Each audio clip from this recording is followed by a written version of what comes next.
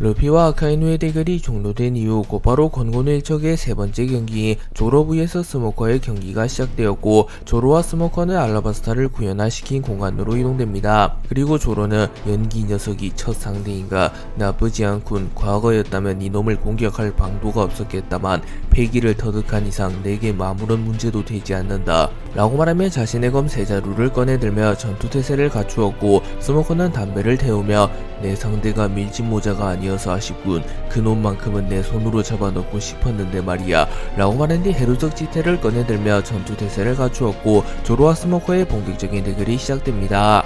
스모커는 조로와 대결이 시작된 이후 곧바로 뭉게뭉게 열매의 능력을 사용하여 조로의 주변을 안개로 뒤덮으며 조로의 시야를 차단시킨 뒤 연기 속에 숨어들며 조로에게 접근하여 조로를 기습하려 합니다.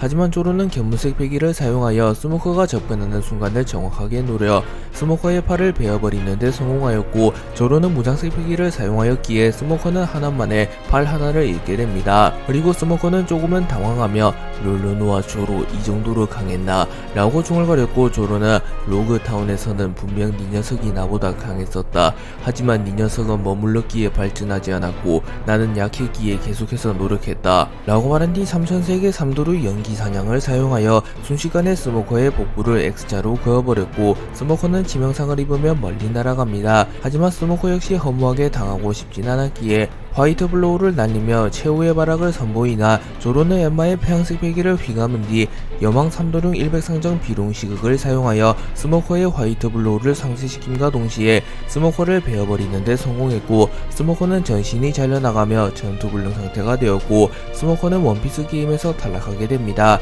그리고 스모커는 아카이누에 비해 패기가 약했기에 원래의 세계에 돌아간 지 1분 만에 사고사를 당하여 사망합니다. 건고노 일척의 세 번째 경기 샹크스와 코비의 대결이 시작되었고, 코비는 빨간머리, 하필 당신을 처음으로 만나게 되다니 다행인지 불행인지 모르겠군요. 당신은 해적이지만 제 생명의 은인이기도 하니 말이죠 라고 말하며 과거 정사결전에서 샹크스가 아카이누로부터 자신을 구해준 것을 떠올립니다. 그리고 샹크스는 그래, 그땐 이 녀석의 이름은 몰랐다만 용기만큼은 높이 산 내 기억 속에 각인되었지. 그리고 이젠 이름도 확실히 알게 되었네. 새로운 해군 영웅 코비 라고 말했고, 코비는 웃음을 지으며 영광이네요. 사왕에게 알아봐지다니. 잡설이 너무 길었습니다. 저 역시 제가 바라는 바를 위해 오늘 당신을 쓰러뜨리겠습니다 라고 말한 뒤 채를 사용하여 매우 빠른 속도로 샹크스에게 다가옵니다. 하지만 샹크스에겐 그렇게 빠른 속도가 아니었고, 샹크스는 폐양색 패기를 발현하여 순식간에 샹크스의 폐양색 패기가 코비의 주변의 모든 것을 압도하였고, 코비는 샹크스의 폐양색 패기를 힘겹게 버텨내며 쓰러집니다. 코비는 샹크스의 폐양색 패기에 노출되며 정신을 잃을 뻔하였지만 자신의 혀를 씹으며 정신을 다잡으며 다시 일어난 뒤 곧바로 어니스트 임팩트를 사용하여 샹크스를 공격합니다. 그리고 샹크스는 곧바로 공중으로 튀어오른 뒤 카무사리를 사용하였고, 코비의 어니스트 임팩트와 샹크스의 카무사리가 충돌합니다. 그리고 샹크스의 카무사리의 위력이 코비의 어니스트 임팩트보다 수배는 강했기에 샹크스의 카무사리는 코비의 어니스트 임팩트를 부숴버린 뒤 그대로 직행하여 코비를 직격하였고, 코비는 전신이 찢어지며 그 자리에서 사망해버립니다. 건고노 일척의 네 번째 경기 코비 vs 샹크스가 끝난 이후 곧바로 드래곤과 갈링의 대결이 시작됩니다. 드래곤은 갈링을 바라보며 신의 기사단 총사령관 피거랜드 갈링, 네 녀석의 위용은 누구보다 잘 알고 있다. 과거 갓벨리에서 활약한 왕자 라고 말했고, 갈링은 쓸데없는 소리를 짓거려대는군. 이놈은 세계정부에 대항하는 반동분자 중 그 죄가 가장 무거운 세계 최악의 범죄자.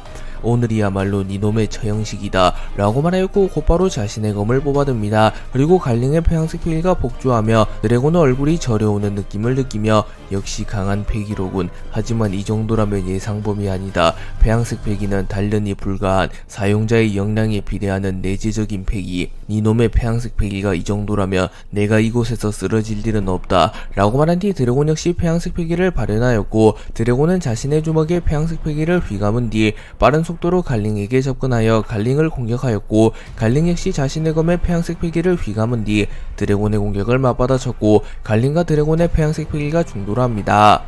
갈링과 드래곤이 한 차례 충돌하였으나 힘의 우애를 결정짓지 못하였고 드래곤과 갈링은 멀리 튕겨져 날아갑니다. 그리고 갈링은 그 시절을 살아온 그 남자들이 떠오르는군 라고 말하며 드래곤을 보며 거풀, 로저, 흰수염, 센고쿠를 떠올리며 드래곤의 강함은 이미 그들과 대등하다고 평가합니다. 그리고 드래곤은 아랑곳하지 않으며 곧바로 바람바람 열매의 능력을 사용하여 매우 거대한 폭풍우를 만들어냈고 갈링은 폭풍에 휘말리며 균형을 잃습니다. 그리고 드래곤은 그 틈을 놓치지 않고 태양색 패기를 가시처럼 방출하며 갈링의 심장을 꿰뚫는 데 성공하였고 갈링은 전신이 반토막 나버리며 쓰러집니다.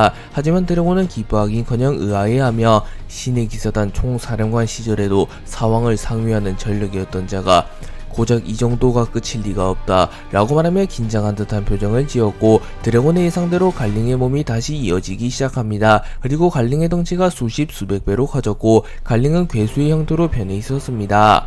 갈링은 고대 북유럽 신화의 신을 잡아먹은 전설의 괴수 펠리르의 형태로 변해 있었고 이는 오로성이 되며 이무에게 부여받은 능력이며 더불어 블루의 능력 또한 얻은 것으로 밝혀집니다. 그리고 드래곤은 매우 긴장하는 듯한 표정을 지으며 환수종 열매인가 아니 악마 열매와는 무언가 다르다. 저자는 마치 괴수 그 자체가 된 것 같군 이라고 말한 뒤 곧바로 자신의 주먹에 폐양색 패기를 휘감은 뒤 자신의 아버지 거프의 갤럭시 임팩트를 계승한 기술인 유니버스 임팩트를 사용하여 갈링에게 치명상을 넣는데 성공하였고 갈링은 멀리 날아갑니다. 하지만 이내 갈링은 푸른 불꽃과 함께 상처를 재생시킨 뒤 빠른 속도로 드래곤에게 달려와 드래곤을 들이박아버렸고 드래곤은 충격을 입으며 밀려납니다. 그리고 드래곤은 당황하는 듯한 모습을 보이며 분명 공격이 통하는 것은 확실하다. 하지만 저 괴랄한 회복력은 무엇인가? 라고 말했고 갈링은 보기에라 하등한 녀석이여 그분께 부여받은 신의 권능이 있는 한 난 불로불사의 몸 고작 네 녀석이 어찌할 위인이 아니게 된 것이다 라고 말하며 강한 자신감을 드러냈고 드래곤은 이 녀석이 말하는 그분이 네로나 이무라면 그 역시 조금 강한 인간일 뿐 고로 분명 약점은 존재한다. 약점을 파악하는 순간 승부는 끝난다 라고 말하며 갈링 더 나아가는 오로성의 괴랄한 회복력과 블루에 대한 약점을 찾아내 갈링을 제압하고자 합니다.